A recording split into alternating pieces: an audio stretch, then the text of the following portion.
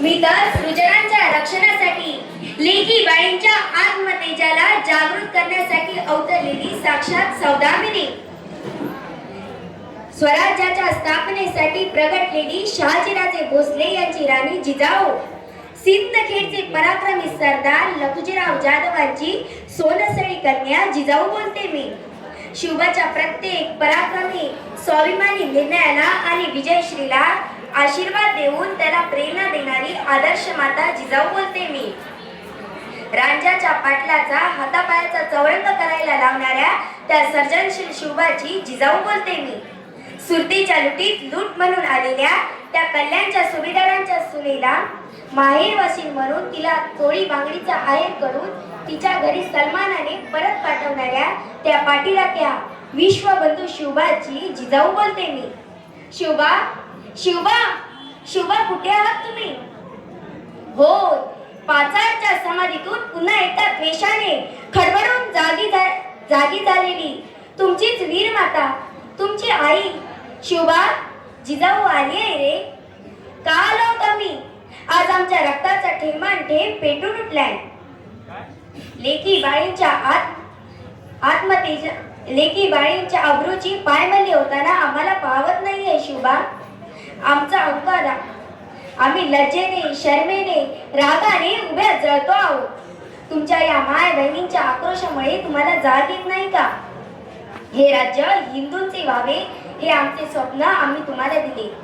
हिंदू म्हणजे सर्वांवर मायेची पाकर, हिंदू म्हणजे सर्वांना न्याय, धर्म, संस्कृती, सभ्यतेचा संस्कार, प्रत्येकाला आपल्या कर्तव्याचे भान, हक्कांची जाण म्हणजे हिंदू, नीतिमूल्यांची चाळ, अनीतीची भीती, हे हिंदुत्व प्राणपणाने जपण्यासाठी आम्ही कितीतरी संघर्ष, व्रतवैकल्य करून रात्र रात्र चिंताग्रस्त होऊन तुमच्या जन्माची प्रतीक्षा केली. जे जे उत्तम, उदांत, उन्नत, महामंगल होते ते सारे संक्रमित करणारी तुझी जाऊसाहेब शिवबा तुला साथ घालते.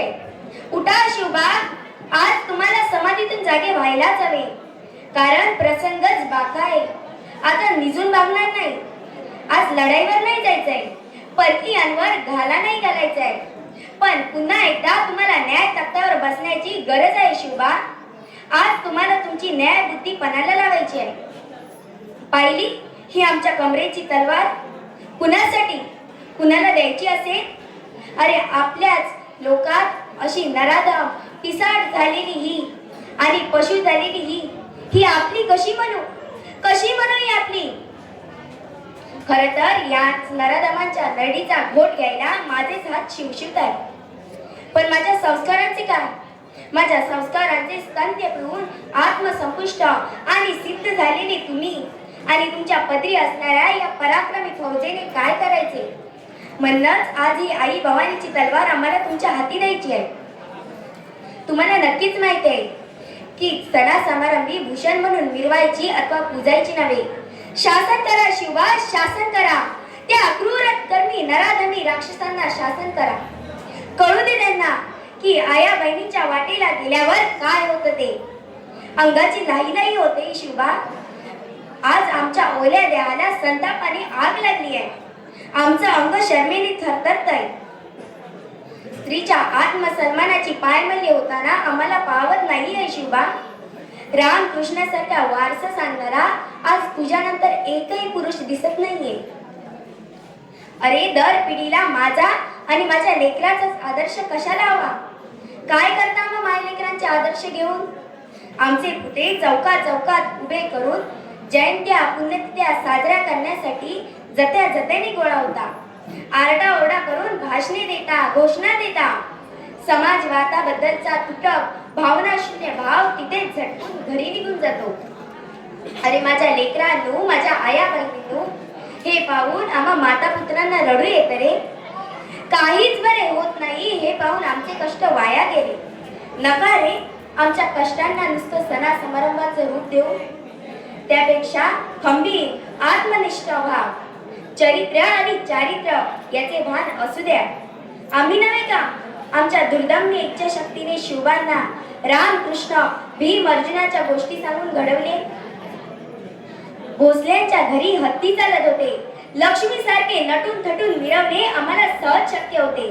पण आम्हाला तहान लागली होती ती फक्त स्वराज्याची.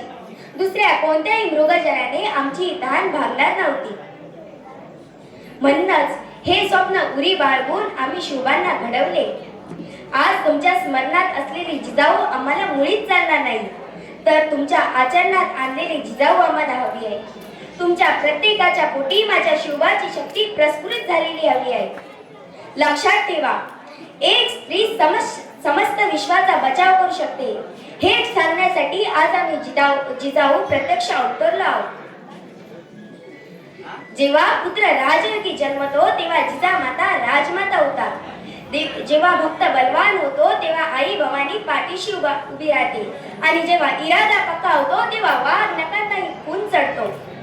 हजार घाव झेलू नाही खिंडीत बाजी बाकी आहे. जोवर येत नाही तोफांचे आवाज तोवर लढण्याचा हट्ट बाकी आहे. पडला तरी वज्रगड तरी पुरंदरवर मुरार बाजी बाकी आहे. कंठनाल छेदू नाही झुंजणारा देय बाकी आहे. एक लढाई झाली तरी युद्ध अजून बाकी आहे.